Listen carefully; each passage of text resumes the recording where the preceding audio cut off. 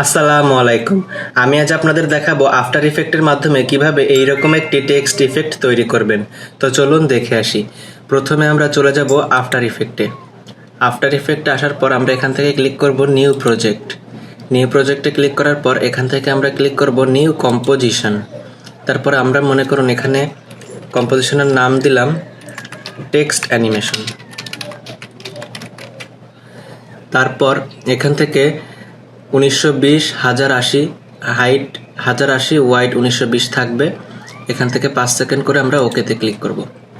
তারপর এখানে এই যে টেক্সট টুল নিব, নিয়ে এখানে আমরা একটি কিছু টাইপ করব। আমি টাইপ করলাম টেক জোন। তারপর আমরা এটিকে মাঝখানে নিয়ে আসব। নিয়ে আসার পর এই যে এখান থেকে এই অ্যারোতে ক্লিক করব, টেক্সটের অ্যারোতে ক্লিক করব। ক্লিক করার পর এখান থেকে অ্যানিমেটে ক্লিক করব। ক্লিক করার পর এই যে এখানে স্কেল, এই স্কেলে ক্লিক করব। স্কেলে ক্লিক করার পর আমরা এখান থেকে স্কেলের এই পার্সেন্টটা 0 করে দিব। 0 করে দিয়ে এখান থেকে রেঞ্জ সিলেক্টর 1 এখানে ক্লিক করব। এখানে ক্লিক করার পর এখান থেকে ওয়েবসাইটে আমরা একটা কি ফ্রেম অ্যাড করব। তার আগে খেয়াল রাখতে হবে আমাদের প্লে হেডটা যেন এখানেই থাকে, ফার্স্টে থাকে। ফার্স্টে থাকা অবস্থায় কি ফ্রেম অ্যাড করে আমরা এখানে করে দিব -100।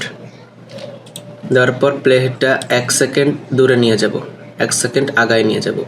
আগায় নিয়ে যাওয়ার পর এখানে করে দেব শুধুমাত্র 100। তারপর এখান থেকে আমরা অ্যাডভান্স অপশানে ক্লিক করব। তারপর এখান থেকে এই যে শেপ থেকে এখান থেকে আমরা করে দেব র্যাম্প আপ করে দেওয়ার পর এই যে ইজ হাই করে দেব 50%, ইজ হাই 50% এবং ইজ লো 100%। আমাদের অ্যানিমেশনটা কিন্তু রেডি।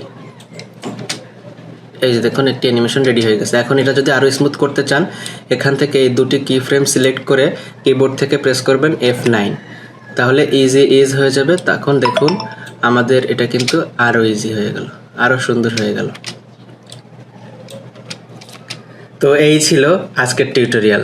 আল্লাহ হাফেজ।